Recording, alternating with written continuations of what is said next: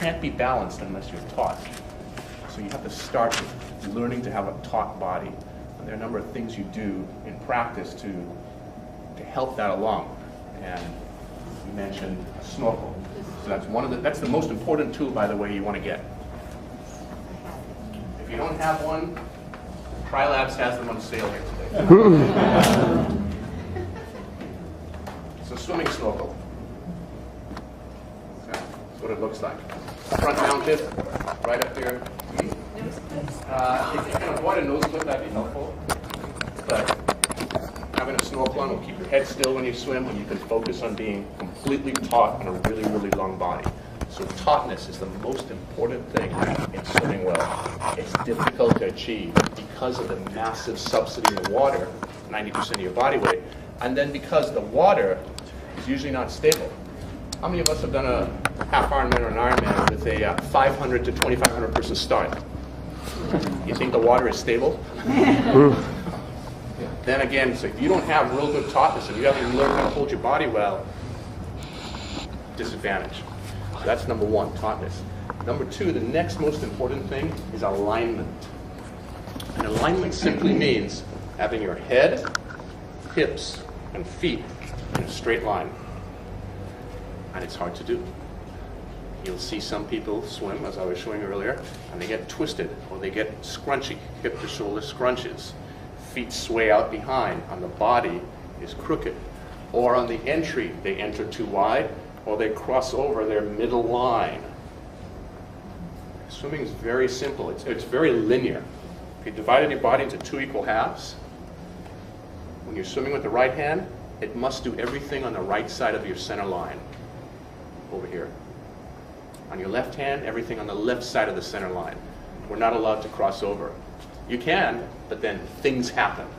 And those things, okay, cause all sorts of other things. There are lots of ripple effects. But if we fix the alignment, all these other little anecdotal things go away.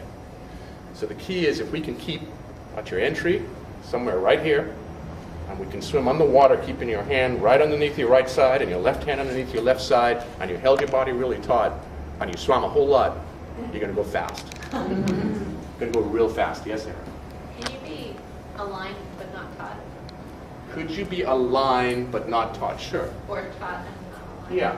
You can be hyperextended, and you can be like a banana, rounded a bit, but still be aligned in the sense that everything's lined up, but your body posture is not well. So I define taut as a straight line. If your spine could come up through your head and it ran straight down your body in a straight line, that would be taut. If you were to be scrunched over or arched, that would be non-taut. So the answer is yes. Yeah. Okay, I have scoliosis, so I swim harder. But I have a brace, but it's made with a nip with the stays. Would that help me to wear it to swimming? Because then it keeps me straighter through here. I use it sometimes running, so when I get tired, I do this. I prefer do you have a snorkel? Yeah. Do you use it? Yeah. Is it helping? I don't know. Okay. My question on that was, but you said don't worry about rotation. I was going to say, because I'm always like this, I don't feel like I'm rotating, because you had said, I learned about that from you years ago when I went to the Long Beach Beach. So if I'm like this, and I'm not turning my head, is my body doesn't need to turn? Because you said forget about rotation. Right. We don't need to turn much. It's a question to do with this. Let's address your specific thing after, since it's not But you don't need to indigenous rotate then. So being flat like I am being is okay? reasonably flat, there is some rotation, guys. We do turn, and we're going to turn about 30 degrees, 45 degrees at the most. This massive amount of rotation to 90 degrees that we read about at times, let me tell you what that does.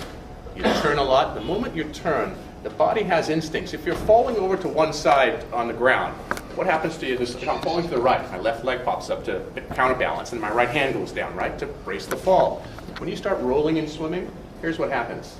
The head starts doing things to counterweight, the leg goes out to counterbalance, and all these ripple effects of things start happening. Why doesn't that happen with fast swimmers? Well, that's because they're fast. It's because they're all swimming under a minute per 100 or under that 20 minutes for a mile. So We're not there yet, so we don't want to have this massive amount of rotation. Plus, rotating a whole lot from one side to the other side a lot shuts down a key component of swimming fast, something called stroke rate. Your cadence rate. Don't move. Don't move. Just stay there for 1 minute. Your cadence rate, which is the number of arm strokes you can accomplish in 1 minute, needs to be fairly elevated to swim fast. Good runners have a strike rate of 180, 190 steps a minute. Really good swimmers have stroke rates of 80 to 90 to 100 strokes a minute. Most triathletes that I coach that range from 20 minutes to 40 minutes have stroke rates of 65, 66 strokes a minute on slower, down to the least I've gotten is 32. You can't swim fast at 60 strokes a minute. It's just not possible. Here's why.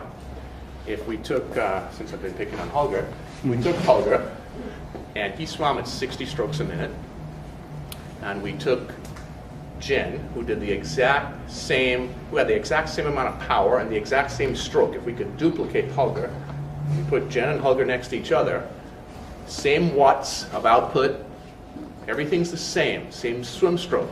And one went at 60 strokes a minute and one went at 80 strokes a minute. Who would go faster? The one who's at 80 strokes a minute. The same thing as riding your bike. What's faster, cadence rate at 90 RPMs or a cadence rate at 70 RPMs in the same gear on a flat road? 90 RPMs. So big rotation shuts down stroke rate, so we don't want massive rotation. Yes, Tina? Are you talking about full body rotation versus thoracic rotation? I mean, Good question. Are we talking about full body rotation versus thoracic rotation? So we're going to have a small rotation of the hips, and we're going to have a little bigger rotation of your shoulders, but it's still not much. It's not a whole lot. Yeah. It's small, guys. Get that breath and you're just right back to your spot. because if you don't have that, then you kick. Right. And you guys don't need to kick. The triathletes need to kick just to keep your feet at the surface, and that's it. It's all you need to do, because you have something called if you're doing an Ironman, I think it's last time I read it was a 112-mile bike ride, 26-mile run. Save those legs. I mean, that first hour and a half, hour and 15 minutes, save your legs. You've got 8, 9, 10, 11, 12 more hours of racing. So let's review. Tautness, alignment, right? Those are the two most important things. Those two. Here are the pieces of equipment that you need for swimming. Most important. Can I just say really quick before we move to the next Yes. thing, just basic. So then when you're practicing in the pool or just in the open water, I know some coaches will tell you to, put your head up a little bit. So are you saying no, straight down, look straight down to keep that tautness? Broad brush stroke answer, straight down. There are some people who have shorter necks that if they were to hold their heads up, it doesn't affect body position, okay? There are some coaches who published some stuff on the web in the last 6 months about holding heads up, and they use some pieces of equipment to demonstrate it. It's the craziest and most unprofessional demonstration I've ever seen. Totally unscientific. So the answer is keep your head aligned with your spine line. Don't raise it up or don't tuck it down. See, we're standing here, I'm looking straight at you right now, and if I just took that position and went down, that's the position we want. Now in open water, we're also going to lift our heads up for sighting. Yeah. Okay? And that puts your balance out just a bit, but you guys have something wonderful. It's called a 5mm wetsuit. Yeah. And what does that do? Keeps those legs up pretty nice and high. Gerry, Yes. how well does the ground